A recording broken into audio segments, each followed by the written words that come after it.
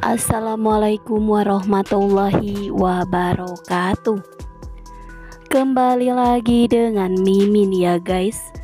Kali ini Julian, ia kembali membuat Safira merasa penasaran dan sedikit curiga karena Julian selalu menanyakan kembali tentang teror berulang-ulang terhadap Safira yang berhubungan dengan pertanyaannya terhadap Om Romi. Tak ingin Safira merasa curiga, Julian pun lalu. Dia selalu mempunyai cara untuk membuat Safira kembali tersenyum bahagia. Dengan bermain bola basket di hadapan Safira, membuat Safira sangat senang. Dan di situ Safira pun kembali berkata bahwa ia akan menunjukkan kebolehannya, bahwa dirinya sangat mahir dalam memainkan bola basket. Dan benar saja, Safira terlihat sangat pintar. Julian pun kembali dengan perkataannya seolah ia tidak terima bahwa Safira lebih jago daripada dirinya.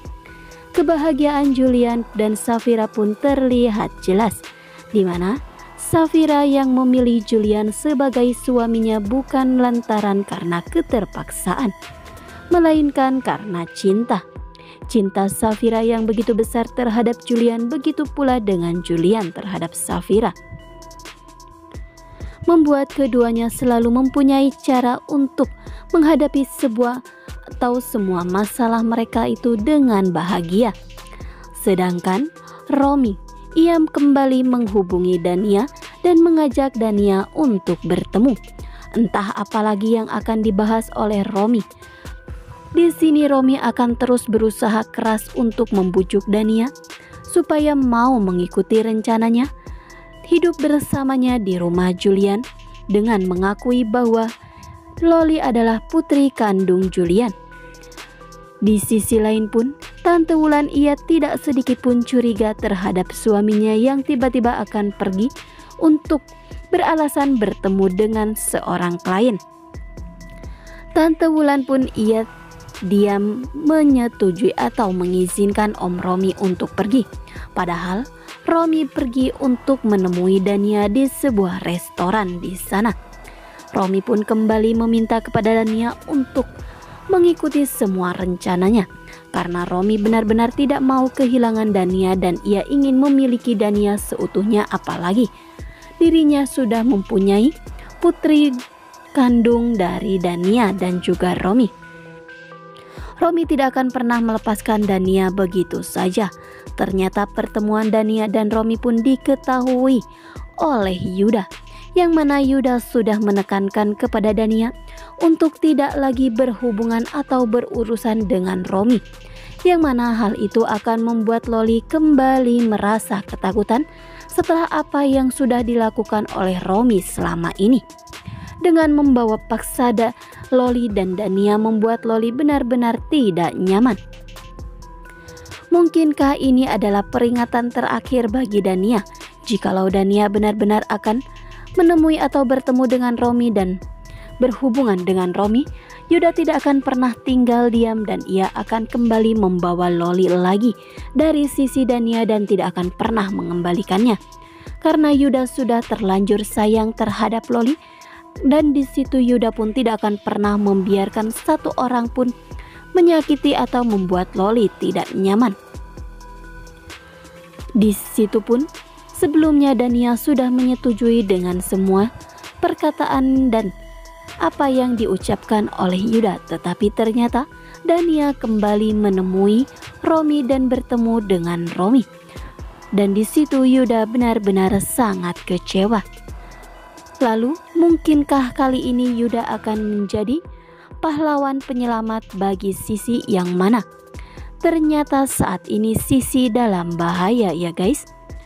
Dirinya ternyata diganggu oleh beberapa orang yang sangat tidak baik dan berniat jahat terhadap Sisi. Sisi pun berontak dan ia terus berteriak meminta tolong. Akankah ada orang yang mau atau bisa menolong Sisi kali ini dari semua kejahatan orang-orang atau laki-laki yang tidak bertanggung jawab ini? Sedangkan di sisi lain sebelumnya, Rafael dan Mona mereka sudah bertemu dengan Safira. Rafael yang meminta Mona, tetapi Rafael tidak mengetahui bahwa Mona sudah mempunyai rencana lain supaya bisa membuat Rafael dan Safira benar-benar tidak bersatu. Safira yang sudah termasuk dalam rencananya Mona membuat Safira tidak akan pernah mengubah keputusannya apapun yang terjadi dan apapun alasan serta apapun yang dilakukan oleh Rafael. Rafael tidak terima dan di situ hampir saja terjadi keributan antara Rafael dan juga Julian. Safira kembali menegaskan kepada Rafael bahwa Safira meminta kepada Rafael untuk cukup mengejarnya dan memintanya kembali kepadanya. Dan Safira pun kembali mengungkapkan bahwa kesalahan terbesar dalam hidupnya adalah memilih menikah dengan Rafael tanpa didasari dengan rasa cinta saat itu. Karena Rafael menikah dan bersedia menikah dengan Rafael saat itu bukan karena cinta, melainkan karena ingin membalas budi terhadap keluarga Rafael yang sudah merawatnya setelah kejadian naas menimpa keluarga Safira.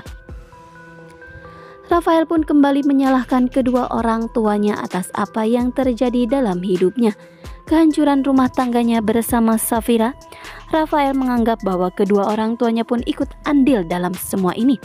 Bahkan Rafael pun benar-benar tidak mengerti kepada kedua orang tuanya sendiri karena masih saja terus meminta Rafael untuk membuka hatinya terhadap atau untuk Mona, terutama Tante Lestari yang terus-terusan meminta Rafael melupakan Safira dan cukup memperjuangkan pernikahannya dengan Safira.